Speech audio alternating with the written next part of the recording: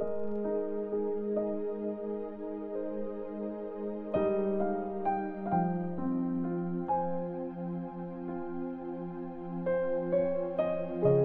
Corinthians chapter 5. Alam namin na pag nasira na itong tent na tinitirhan natin dito sa lupa, itong katawan natin, bibigyan kami ng Diyos ng bahay sa langit na hindi ginawa ng tao at hindi na yun masisira kahit kailan.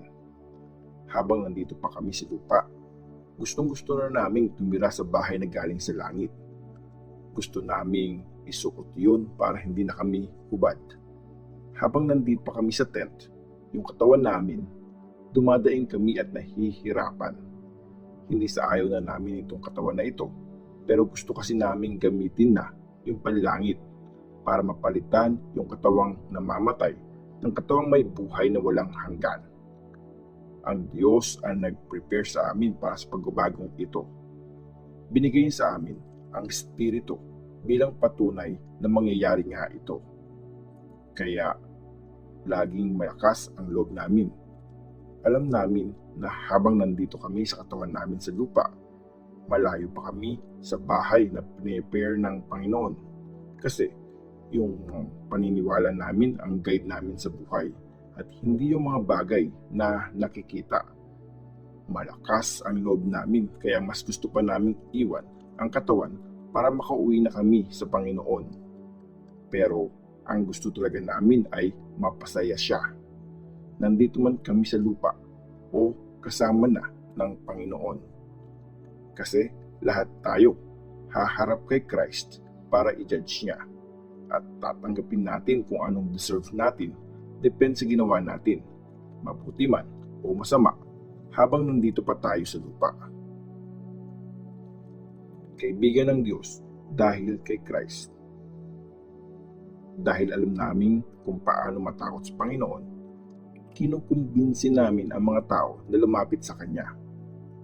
Kilala ng Diyos kung sino kami, kaya sana sa puso nyo, kilala nyo rin ako. Hindi sa nagyayabang na naman kami sa inyo. Gusto lang namin na magkaroon kayo ng dahilan para maging proud kayo sa amin. Para may masabi kayo sa mga taong pinagyayabang kung ano ang nakikita ng ibang tao sa panlabas at hindi yung tunay na pagkatao.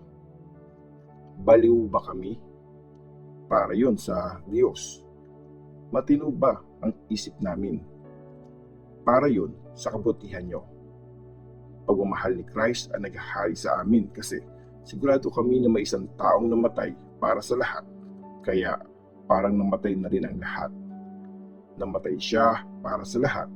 Para yung mga nabubuhay ngayon, hindi na sila mabuhay para sa mga sarili nila, kundi para kay Christ na namatay at muling nabuhay para sa kanila. Mula ngayon, hindi na namin ginajudge ang kahit sino gamit ang standard ng tao. Noong una, judge namin si Christ sa standard ng tao, pero hindi na ngayon.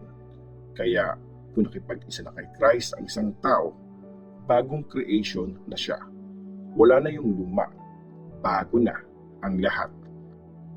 Ginawa ng Diyos ang lahat ng ito. Sa tulong ni Christ, naging mga kaibigan kami ng Diyos mula sa pagiging kaaway at binigay niya sa amin ang misyon na gawing mga kaibigan din niya ang iba pang mga tao. Ibig namin sabihin, dahil kay Christ, tinuturing ng Diyos na kaibigan ang mga tao at pinapatawad niya ang mga kasalanan nila.